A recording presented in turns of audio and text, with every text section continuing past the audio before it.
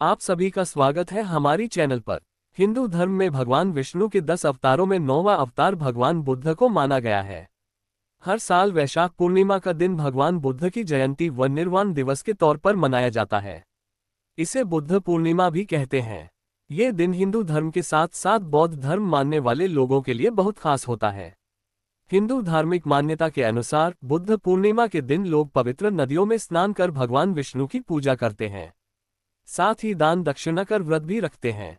वहीं बौद्ध धर्म को मानने वाले लोग बुद्ध पूर्णिमा के दिन भगवान बुद्ध की जयंती बड़े धूमधाम से मनाते हैं। भगवान बुद्ध ने संसार को ज्ञान का मार्ग दिखाया। उन्हीं की शिक्षाओं से बौद्ध धर्म की स्थापना हुई और उसका प्रचलन हुआ। लोगों को उन्होंने अहिंसा के मार्ग में चलने का उपदेश दिया। बुद्ध जी ने लोगों को दुख, उसके कारण व निवारण के लिए अष्टांगिक मार्ग का उपदेश दिया था। इसका अर्थ होता है सही दृष्टिकोण, सही इरादा, सही भाषण, सही विचार, सही आजीविका, सही कार्य, सही दिमागीपन और सही एकाग्रता।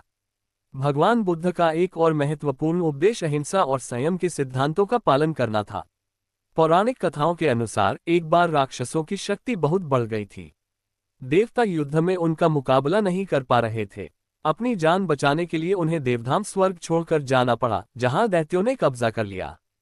हालांकि दैत्यों को ये डर था कि कहीं दोबारा से देवता स्वर्ग पर कब्जा न कर ले। इसके लिए वे देवराज इंद्र के पास गए और उनसे अपना राज्य कायम रखने के लिए उपाय पूछा। इंद्रदेव ने भी बिना किसी छल कपट के बताया कि अगर वे यज्ञ व वेद के अनुसार आचरण करेंगे तो उनकी स्वर्ग पर जीत हमेशा बरकरार रहेगी।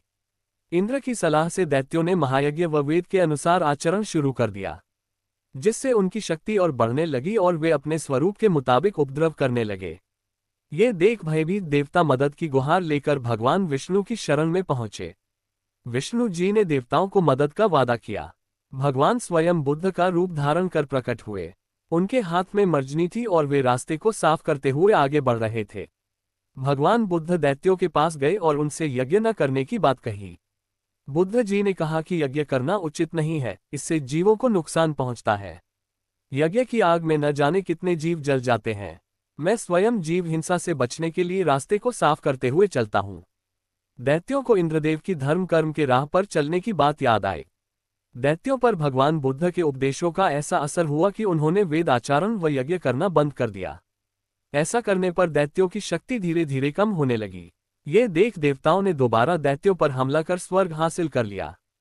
इस तरह भगवान बुद्ध ने सृष्टि का मंगल किया। कहा जाता है कि बौद्ध धर्म के प्रवर्तक महाराज शुद्धोधन के यशस्वी पुत्र गौतम बुद्ध के रूप में ही श्री भगवान का अवतार हुआ था, जैसा कि संसार में प्रसिद्ध है। भगवान बुद्ध व गौतम बुद्ध एक ही व्यक्ति थे। भगवान बुद्ध जी का असली नाम सिद्धार्थ गौतम था। बुद्ध कोई व्यक्तिगत नाम नहीं है, यह एक सम्मानजनक उपाधि है। इसका अर्थ होता है जागृत व्यक्ति। जब बुद्ध जी को अपनी शिक्षाओं को एक शब्द में समेटने के लिए कहा गया तो उन्होंने कहा जागरूकता। बुद्ध जी को महान चिकित्सक भी कहा जाता है, क्योंकि वे मुख्य रूप से मानव पीड़ा के कारण की पहचान करने और इसे खत्म करने का तरीका खोजने के लिए जाने जाते हैं। बुद्ध जी के अनुसार खुशी का रहस्य बहुत सरल है। जो आपके पास है उसे चाहना और जो आपके पास नहीं है उसकी चाहत नहीं रखना। आमतौर पर बुद्ध जी को लंबे कानों के साथ दिखाया जाता है, जो ज्ञान और समझ का प्रतीक है। बुद्ध जी की प्रतिमा को अगर देखें तो वो एक ज्वलनशील हेडड्रेस पहने हुए दिखाई देते हैं, जो सर्वोच्च ज्ञान के प्रकाश का प्रतिनिधित्व करता है। बुद्ध जी की शिक्षाओं को धम्म के रूप में भी जाना जाता है। इसका अर्थ है सिद्धांत, सत्य या कानून। ऐसे ही रोचक स्टोरी जानने के लिए हमारी चैनल सब्सक्राइब करें और लाइक करें। आपको हमारी स्टोरी अच्छी लगी हो तो शेयर करने की कृपा करें।